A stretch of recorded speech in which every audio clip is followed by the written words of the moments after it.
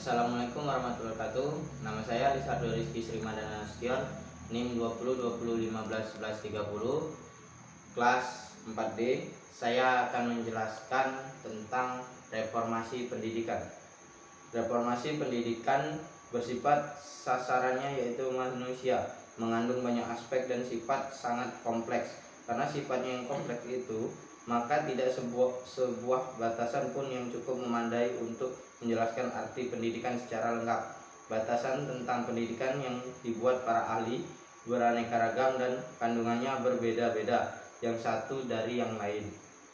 Perbedaan tersebut mungkin karena orientasinya, konsep dasar yang digunakan aspek menjadi tekanan, atau karena falsafah yang melandasinya. Pengertian reformasi. Reformasi berarti perubahan radikal untuk perbaikan dalam bidang sosial, politik, atau agama di dalam suatu masyarakat atau negara. Orang-orang yang melakukan untuk memikirkan reformasi itu disebut reformis, yang tak lain adalah orang yang menganjurkan adanya usaha perbaikan tersebut tanpa kekerasan. Reformasi kebijakan. Reformasi pendidikan. Reformasi pendidikan adalah upaya perbaikan pada bidang pendidikan. Reformasi pendidikan memiliki dua karakteristik dasar, yaitu terprogram dan sistematik.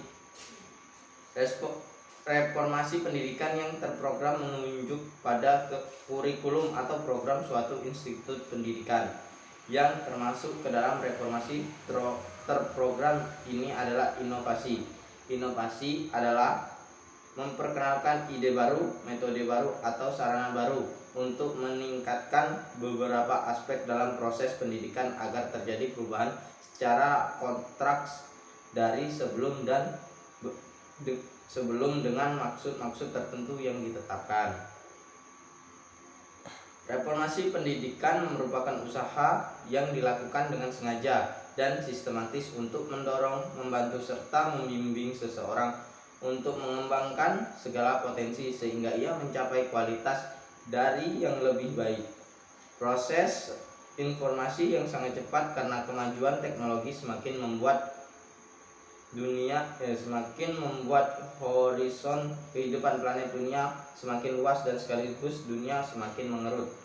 Hal ini berarti berbagai masalah kehidupan manusia menjadi masalah global, atau setidaknya tidak dapat dilepaskan dari pengaruh kejadian di belahan bumi yang lain, baik masalah politik atau sosial. Kesetiakawanan semakin kental berarti kepedulian umat manusia terhadap sesamanya semakin merupakan tugas setiap manusia. Pemerintahan sistem pendidikan nasional. Kelebihan dan kelemahan reformasi pendidikan. Yang pertama, kelebihan reformasi pendidikan di Indonesia menjadi lebih maju karena dilakukan upaya-upaya untuk memajukan pendidikan. Yang kedua, menambah motivitas bagi anggota pendidikan baik dari guru atau peserta didik.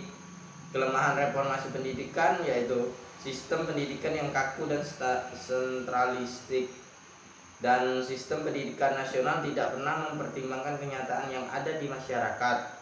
Dan yang ketiga, kedua sistem tersebut di atas atau sentralitis dan tidak adanya pemberdayaan masyarakat ditunjang oleh sistem birokrasi kaku yang tidak jarang dijadikan alat kekuasaan, alat politik penguasa. Yang keempat, terbelenggunya guru dan dijadikan guru sebagai bagian dari birokrasi. Yang kelima, pendidikan dan tidak berorientasi pada pembentukan kepribadian, namun lebih pada proses pengisian otak pada anak didik. Dan yang terakhir, anak tidak pernah dididik atau dibiasakan untuk kreatif dan inovatif serta berorientasi pada keinginan untuk tahu. Tujuan reformasi pendidikan. Tujuan reformasi pendidikan yaitu pendidikan yang berdasarkan Pancasila dan Undang-Undang Dasar 1945 serta berakar pada nilai-nilai agama dan kebudayaan nasional. Maka pendidikan nasional dan sistem pendidikan nasional akan terbatas pada pendidikan dan sistem pendidikan pada masa sesudah proklamasi kemerdekaan. karena pendidikan pada penjajahan secara formal tidak berakar pada kebudayaan nasional dan tidak berlandaskan pada Pancasila dan undang-undang. Sekian pengertian yang dapat saya jelaskan. Wabillahi taufiq wal hidayah. Wassalamualaikum warahmatullahi wabarakatuh.